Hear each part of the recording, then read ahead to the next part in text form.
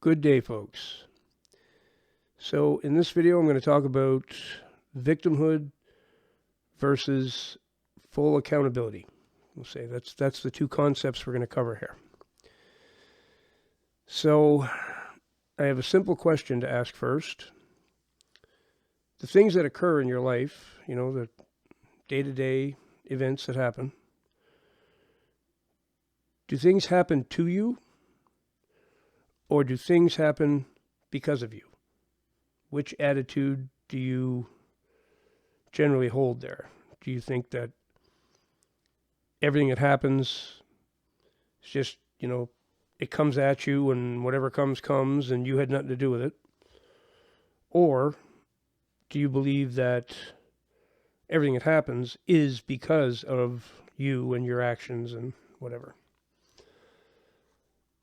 So we're going to visit some scripture here first. In Matthew 15, this is where the Pharisees challenge Jesus because his disciples are not washing their hands before they eat.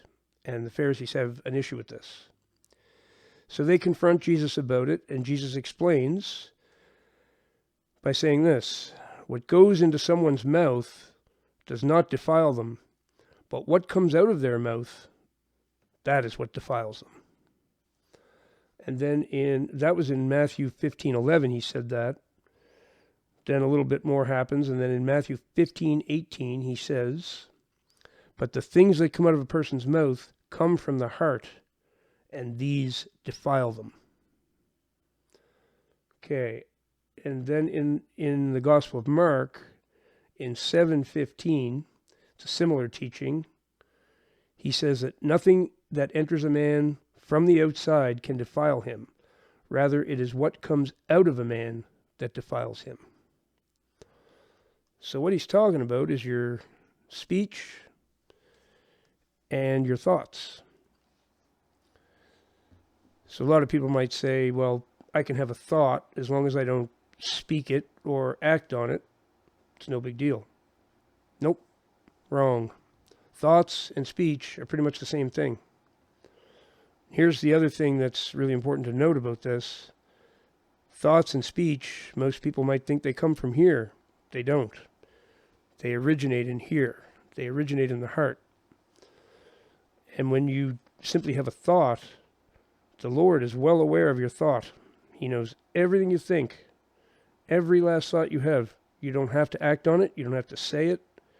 If you have a thought and you didn't conjure it up in here, it came out of here. All thoughts, all feelings, all emotions come from the heart, not the mind. Not the mind. They're exported from the heart to the mind, and then you decide if you want to speak them or what you want to do with them. But they originate in the heart. And just as that scripture explains, what you allow to come from your heart that way, negative things, is what will defile you.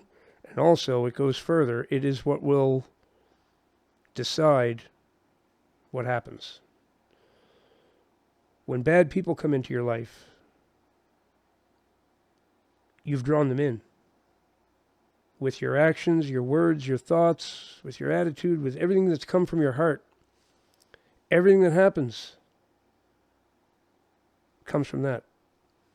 Comes from that. You decide you're steering your own bus at all times. Things do not happen to you. Nothing happens to you. Everything happens because of you. Every one of us, that's true. No matter what. People that like to sit and be the victims, they've convinced themselves that they had nothing to do with all this. Well, it just came from over there. I had nothing to do with it. No, you attracted it in. You drew it in. Your words, your thoughts, your attitude, the way you speak, your language. Think of the word spelling, okay? To spell a word correctly. Spelling is trying to allude to the fact that words act as though they're sorcery.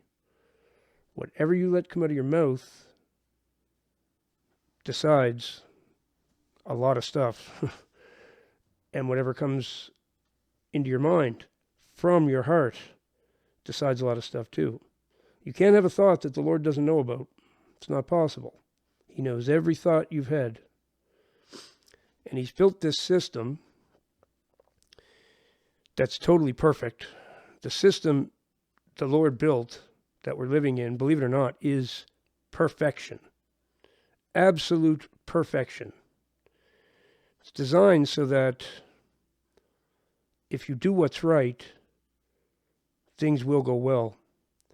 But if you let darkness enter your heart, you let dark thoughts and dark emotions and ill wishes towards other people and all the things the Lord doesn't want you to do, He's designed this so that as you do that, you're making trouble for yourself.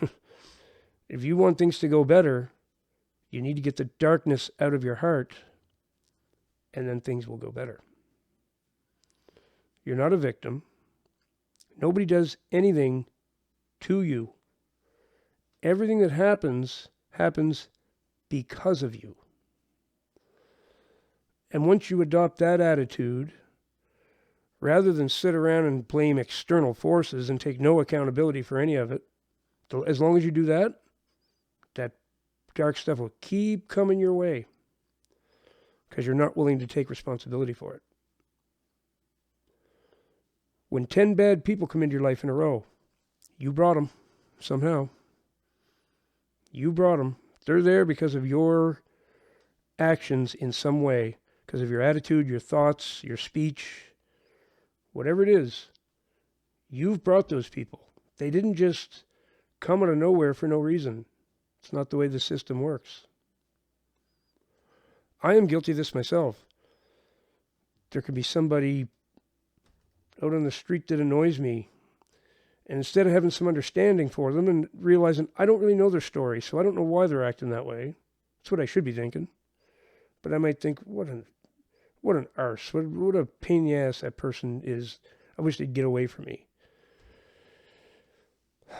Just a thought like that. Then shortly afterwards, negative things will start happening to me because I let my heart get dark and cold. The Lord designed the system so that it does not reward that. You reap what you sow. This is what it's telling you. You reap what you sow. Okay, that everyone knows that. If you don't believe you reap what you sow, you need to revisit the Bible big time. That's one of the most important things to learn from it. You're not reaping this terrible harvest because you got bad luck.